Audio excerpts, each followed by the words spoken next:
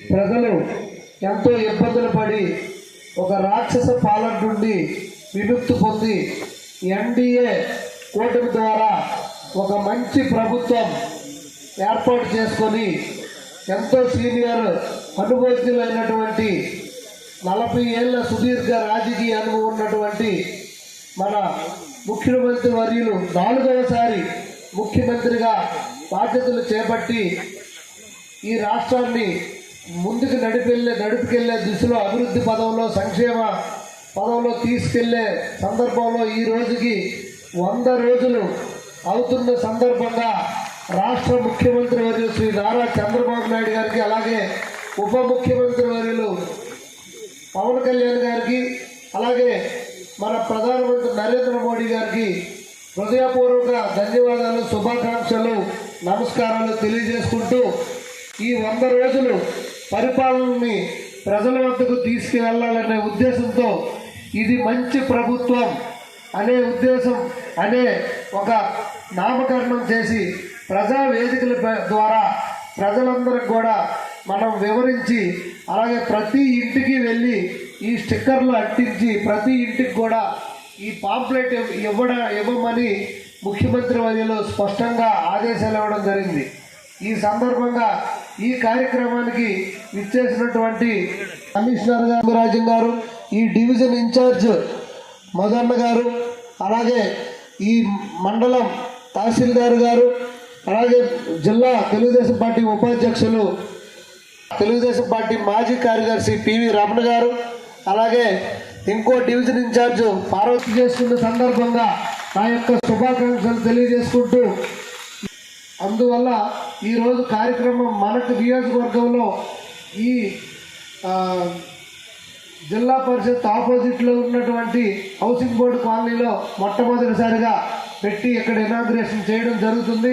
కావున సిబ్బంది కూడా అలాగే నాయకులు, కార్యకర్తలు, ప్రజలు అందరూ కూడా పెద్ద ఎత్తున ఈ కార్యక్రమాన్ని 7 రోజుల పాటు జయప్రదం చేయాల్సిందిగా నేను కోరుతూ, ఇదేదో తూతూ మంత్రంగా మనం మొక్కుబడిగా ఇది చేయడం కాకుండా ప్రజలందరికీ తీసుకెళ్ళి మనం చేసినటువంటి ఈ ఘనకార్యాలను మనం వివరించాల్సిన బాధ్యత మనందరికీ ఉంది. ఎందుకంటే కిందటిసారి అప్పుడు లక్షలాది టీచర్ పోస్టులు తీసిన ముఖ్యమంత్రి గారు గత 5 సంవత్సరాల్లో మెగా డిఎస్ ఇస్తానన్న ఆ గత ముఖ్యమంత్రి దగా డిఎస్ ఒక్క టీచర్ పోస్ట్ కూడా తీయలేదు.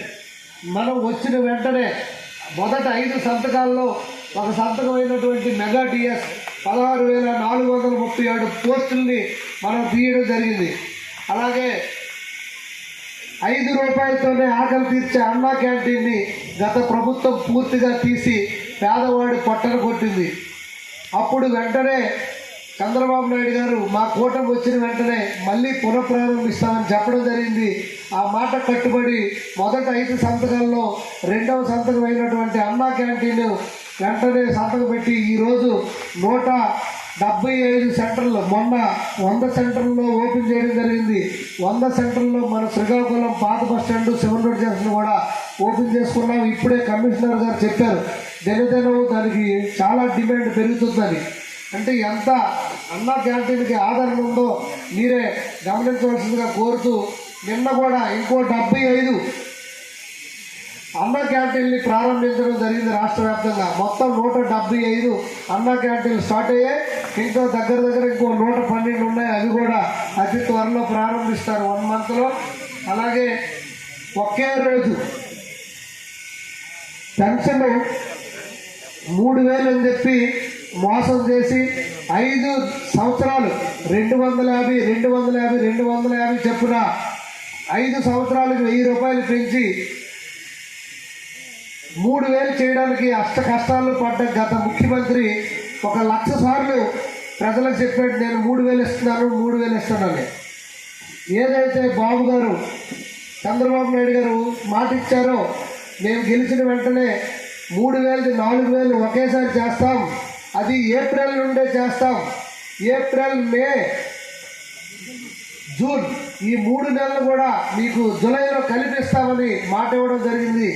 అదే మాట కట్టుబడి జూలై మొదటి వారంలో 1వ తారీఖునే ఆ 3,000 పెంచిన 1,000తో కలిపి 4,000, 7,000 ప్రతి ఒక్కరికి ఇవ్వడం జరిగింది.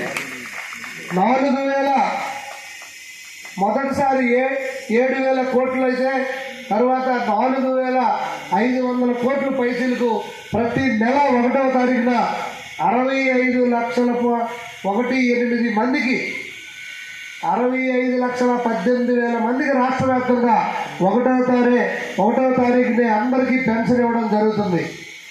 అదే కాకుండా ఉద్యోగస్తులు రాష్ట్ర వ్యాప్తంగా ఎవరైతే ఉన్నారో అలాగే పెన్షన్దారులు రిటైర్డ్ ఎంప్లాయీస్ ఎవరైతే ఉన్నారో వాళ్ళకి ఎప్పుడు జీతం వస్తుందో తెలియని పరిస్థితి, ఎప్పుడు పెన్షన్ వస్తుందో తెలియని పరిస్థితి.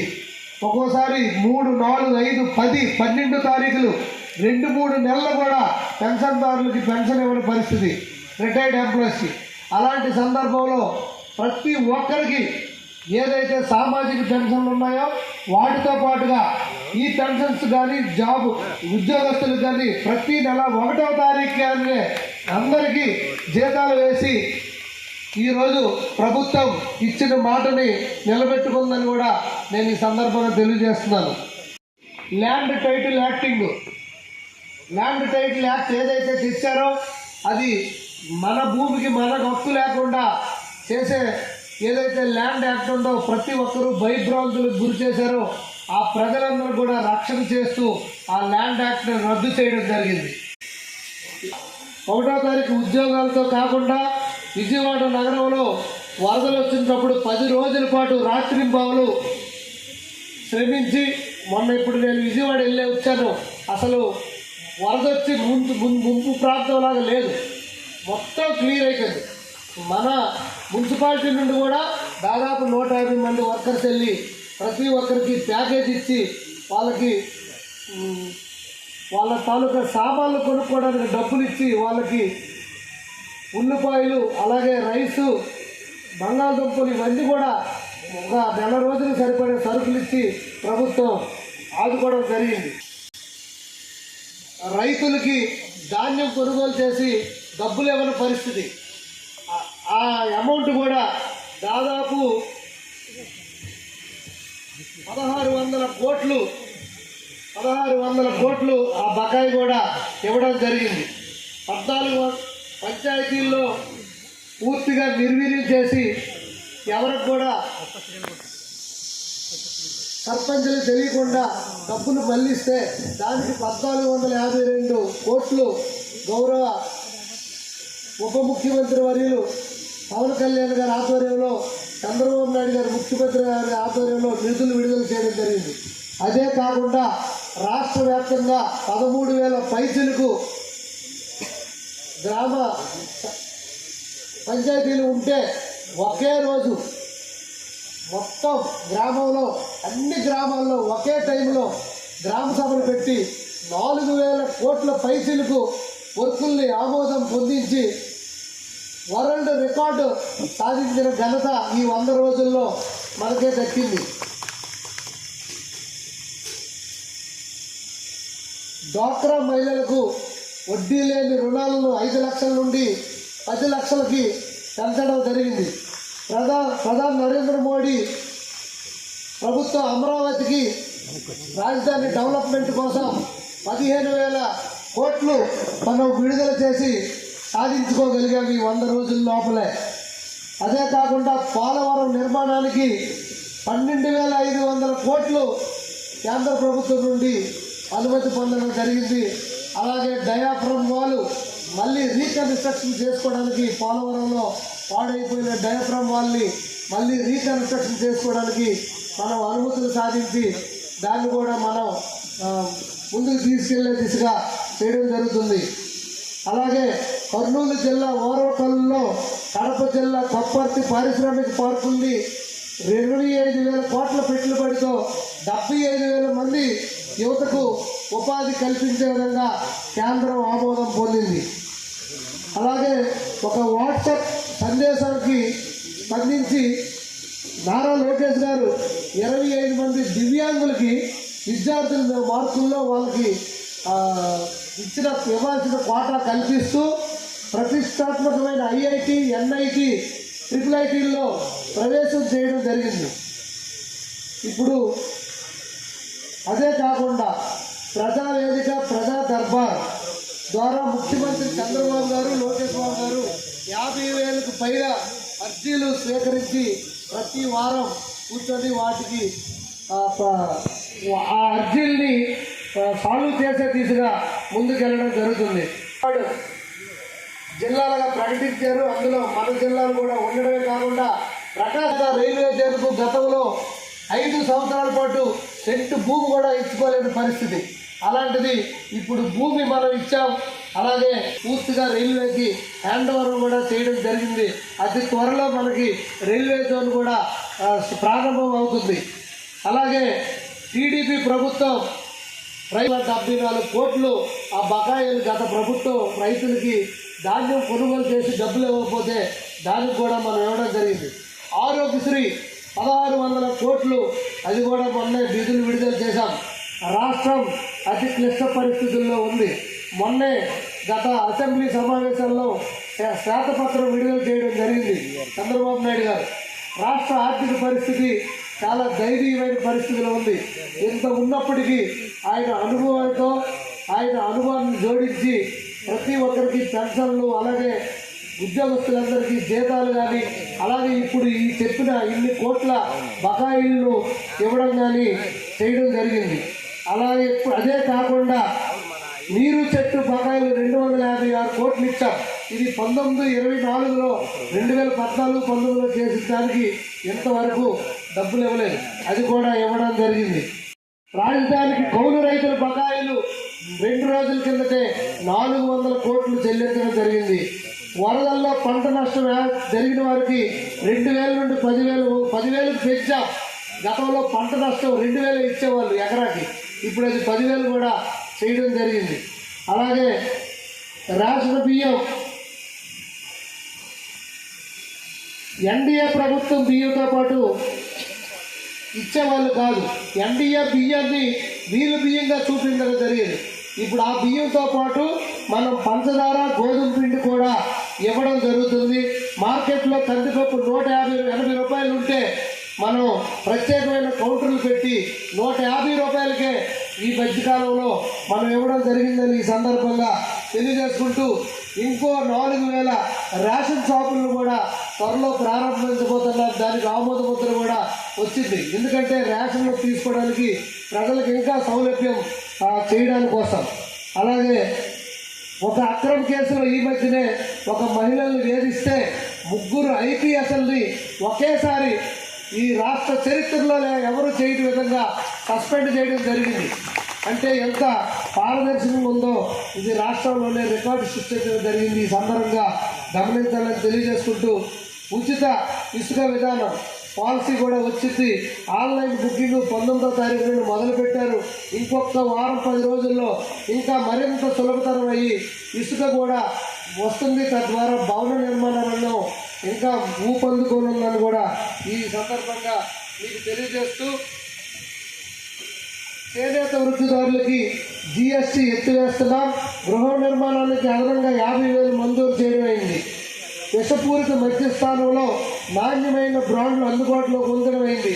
మద్య ధరలు తగ్గుదలకు కృషి చేయడంతో పాటు 99 రూపాయలకి నాణ్యమైన ఒక క్వార్టర్ బాటిల్ కూడా ఇవ్వడానికి ఇప్పుడు రాష్ట్ర ప్రభుత్వం చర్యలు తీసుకుంది. ఎందుకంటే విపరీతంగా ఒక పక్క ఇస్తూ మందు ద్వారా పేరు పెట్టి కోట్లాది రూపాయలు తిరిగి వెనక్కి తీసుకొని కొల్లగొట్టి పేదవాడి పొట్టను కొట్టారు. ఆ నాణ్యం లేని మందు ఇచ్చి ఎంతో అనారోగ్యాలకి గురయ్యారు. దాన్ని కూడా ఇప్పుడు పూర్తిగా మద్యం పాలసీని కూడా మార్చేసిన పరిస్థితి ఉంది. అలాగే అలాగే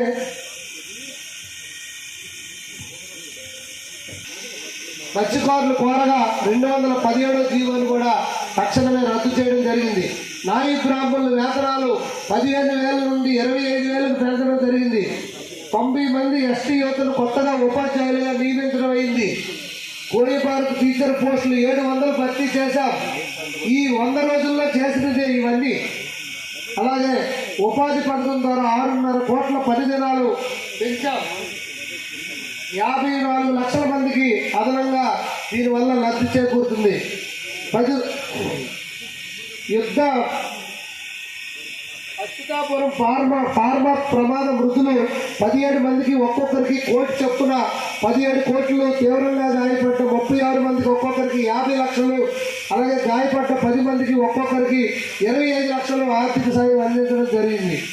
అలాగే తుంగభద్రలో కొట్టుకుపోయిన గేటు నీరు వెళ్ళిపోతుంది, మొత్తం సాగుకి నీరు ఉండదని అప్పటికప్పుడే రాత్రి మీద నీరు ఉంటుండగా గేటును బాగు చేసి ఆ నీటిని కాపాడుకోగలిగాం. బుడమేరు గంటలు యుద్ధ ప్రాతిపదికన 3 రోజుల్లో మంత్రి గారు లోకేష్ బాబు గారు అక్కడే ఉండి పర్యవేక్షించి మళ్ళీ విజయవాడలోకి వరద నీరు రాకుండా మనం ఆపుకోగలిగాం. అలాగే ప్రకాశం బ్యారేజ్ని పడవలు వదిలేసి కొట్టించి అది ఎరపట్టించడానికి ప్లాన్ చేశారు. ఆ పడవలు కూడా ఈరోజు 3వ పడవ వెలికి తీయడం జరుగుతుంది.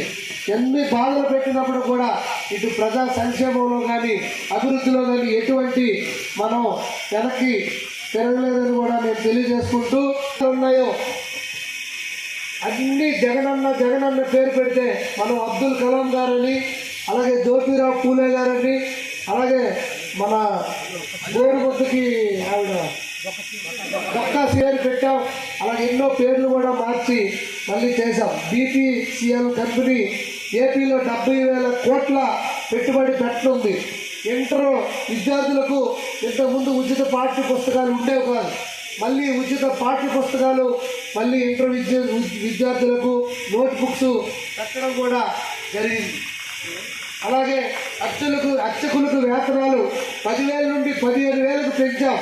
గృహ నిర్మాణానికి 1,80,000 నుండి 4 లక్షలకి గృహ నిర్మాణానికి లోను ఇవ్వడం జరుగుతుంది. MSc ME-లకు ప్రభుత్వ గ్యారంటీ 1000 కోట్లతో రుణాలు కూడా ఇవ్వడానికి మనం సిద్ధం చేశాం. అలాగే 77,000 మంది CBSE విద్యార్థులకు స్టేట్ బోర్డులో పరీక్షలు రాసే వెసులుబాటు కల్పించడం జరిగింది. రాష్ట్రం చాలా క్లిష్ట పరిస్థితుల్లో ఉంది. ఆర్థికంగా చాలా ఇబ్బందులు ఉన్నప్పుడు కూడా మన రాష్ట్రాన్ని ముందుకు నడిపిస్తున్న యంత్రాంగం ఉద్యోగస్తులు, ఆ ఉద్యోగాల్లో జీవితాంతం పనిచేసి ఇప్పుడు రిటైర్ అయ్యి వాళ్ళు రెస్ట్లో ఉన్నటువంటి వారికి టైం మీద జీతాలు ఇచ్చి వాళ్ళు ఆదుకోవాలని, అలాగే సామాజిక పెన్షన్లు కూడా టైం మీద ఇచ్చి ఆదుకోవాలని ప్రతి ఒక్కరికి 1వ తారీఖున ఎన్ని ఇబ్బందులకు గురవుతున్నా ఇస్తున్నాం. అలాగే ఇక శ్రీకాకుళం నియోజకవర్గానికి వస్తే ఈ 100 రోజుల్లో మూలన పడిపోయినటువంటి కోటరామ్మూర్తి స్టేడియంని మళ్ళీ పనులు పునఃప్రారంభించి ఆల్రెడీ 2వ ఫ్లోర్ స్లాబ్ వేసుకోవడం కూడా జరిగిందని సందర్భంగా చెప్తున్నా. తెలియదు వస్తే అది కూడా 5 సంవత్సరాలుగా ఏ ఒక్క ఇల్లు కూడా విస్తరణకి కొట్టనివ్వకుండా అడ్డంకి చేస్తున్నారని చెప్పి పూర్తిగా పన్నులు పక్కన పెట్టిన పరిస్థితుల్లో అక్కడ విలేజర్స్తో, రాగోలు ప్రజలతో మాట్లాడి ఆ విస్తరణ కోసం పనులు ప్రారంభించి పూర్తిగా విస్తరణ పనులు మొదలుపెట్టి అది కంప్లీట్ చేసేసి ఇప్పుడు రోడ్డు కూడా వేస్తున్నారు. ఆల్రెడీ గత 4 రోజులు శ్రీకాకుళం మున్సిపాలిటీ ఇది కార్పొరేషన్ అయినప్పుడు కూడా ఇది ఒక పంచాయతీ, మేజర్ పంచాయతీతో ఈక్వల్గా ఉన్న పరిస్థితి. శ్రీకాకుళం